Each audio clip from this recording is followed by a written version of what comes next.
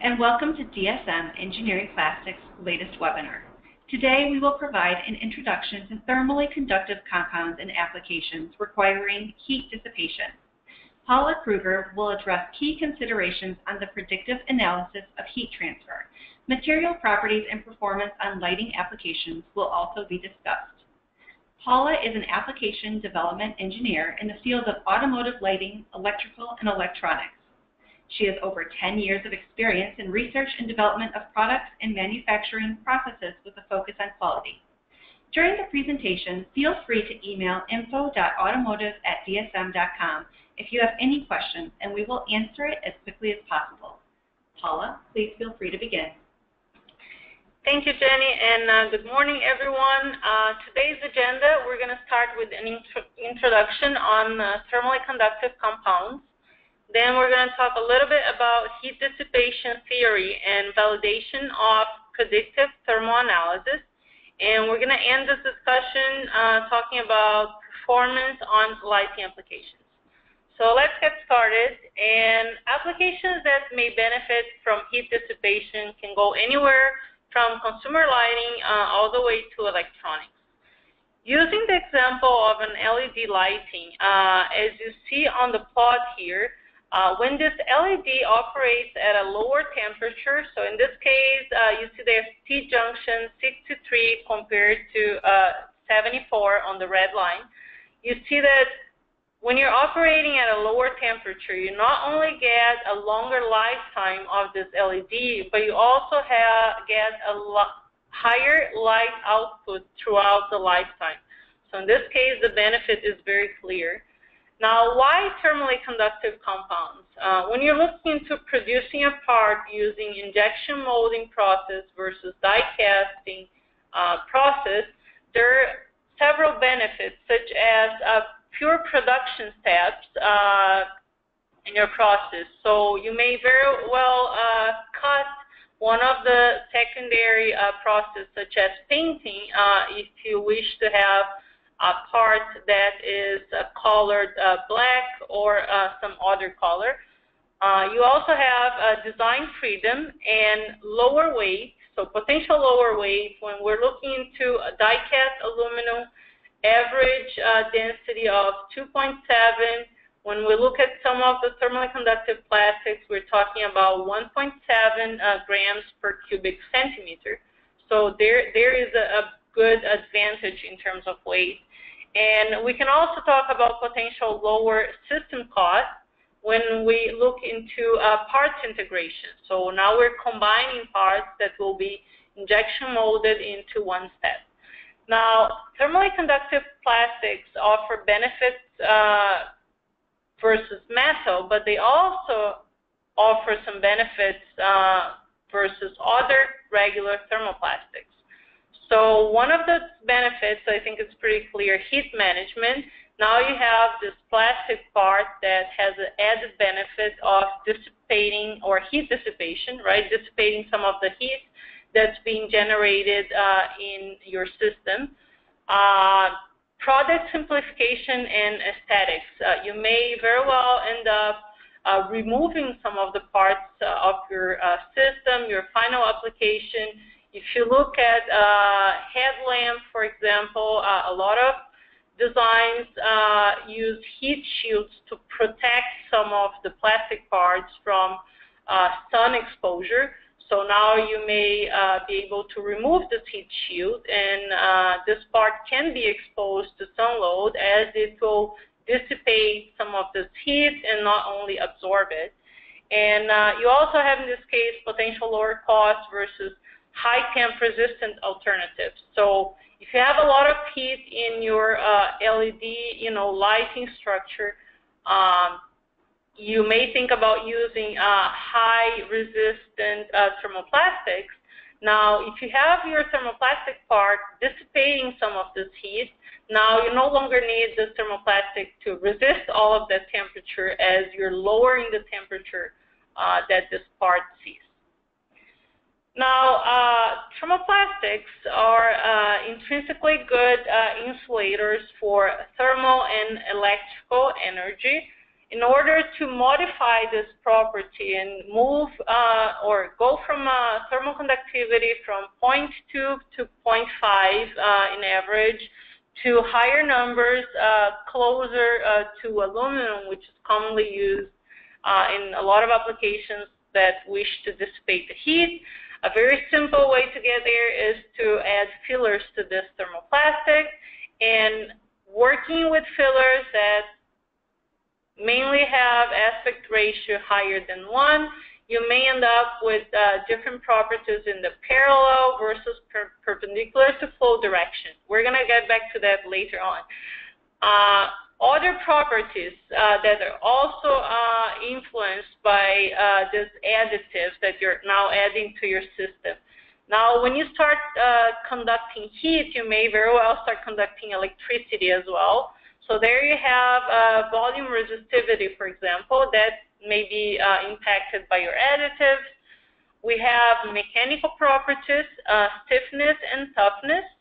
So as you add additives to your system, you may end up changing stiffness or even elongation at rate. And rheological properties as well. The more additives you add there, you'll certainly change the rheological properties of your compound. Looking at heat dissipation theory, and this is the equation for steady state, and it's a simplified equation considering heat dissipation in one direction. So there you have delta T, which is the difference in temperature between the surface that receives all this heat from the heat source and the surface that is in contact with convective cooling, either air or another fluid. This difference in temperature is directly proportional to the distance between these two surfaces, so the thickness of your wall, and inversely proportional to the thermal conductivity of this material. So we have a plot of this equation, and in this plot we're considering a constant heat flux of 20 kilowatts per square meter. You see the curves there representing 1, 2, 3, and higher millimeters, so that is the wall thickness. And looking at a common wall stock for a thermoplastic part, we look into a 1 to 3 millimeters range. So those first 3 curves, as you increase the thermal conductivity of the material, moving from the range of regular plastics, 0.2 to 0.5, going up to the range of thermally conductive plastics, you have this delta T tending to 0. So you see on these curves, as you increase the thermal conductivity, at a certain point, you will no longer benefit from increasing it even more. So at that point, you're limited by convection. So unless you put, forced convection into your system, you get the air, whichever fluid, moving faster, you will no longer benefit from increasing the thermal conductivity of the material itself. So the dissipation through conduction is done. Now, we used a prototype to validate our predictive model, and this prototype is a heat sink. It was injection molded using one of our materials, that is the new TC502. It is a PA46, and you see there, I mentioned before, different thermal properties in parallel direction versus perpendicular direction. In this system, we have a PCB board attached to the heat sink using a thermoadhesive paste, and that is to make sure that all the heat being generated by those 3 LEDs in the system is going directly into the plastic heat sink.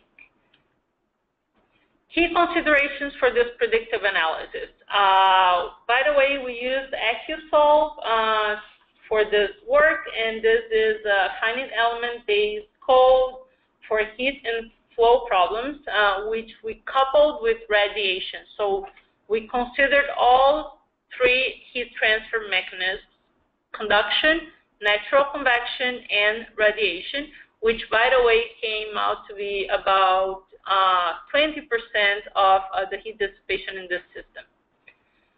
Boundary conditions, temperature load, which is dictated by the heat being generated by those 3 LEDs, flow rates, and slip or non-slip conditions. So let's look at the air volume considered in this analysis. You have air flowing from inlet at the bottom through outlet on the top, and very close to the heat sink. You may be able to see that we have a much higher number of finite elements.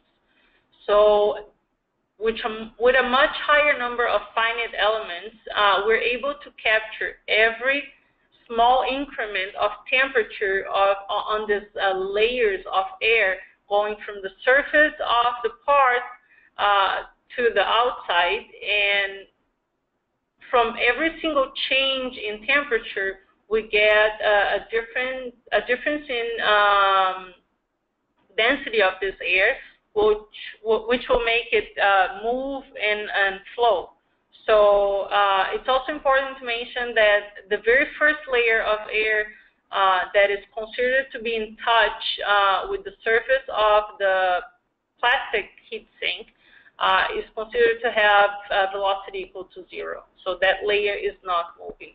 And then as you move away from the surface, you increase the temperature of the air, you change the density, then you get this air flowing and you have increase in velocity. Hope that's all making sense. Our predictive analysis is for steady state. That is different if we're looking into a transient condition. And for this heat sink, we also looked into fin-to-fin spacing in order to optimize airflow and account for radiation. We're going to talk about this on this next slide, where we have fin design optimization. So when you're looking at a heat sink, ideally you want to increase the surface area or work with the largest surface area possible for this heat sink, so you get a lot of heat transfer through the surface. So you would like to maximize that, as well as airflow. So airflow is important. As the air is going through this heat sink, it's carrying the heat away. So you have on this image different setups, different distances going from 2 millimeters to 22 millimeters of space or gaps between the fins. And you can see where you have more red, which happens to be at the 10 millimeter, you have a higher air velocity. So there you're maximizing your airflow through the fins. That is what you really want.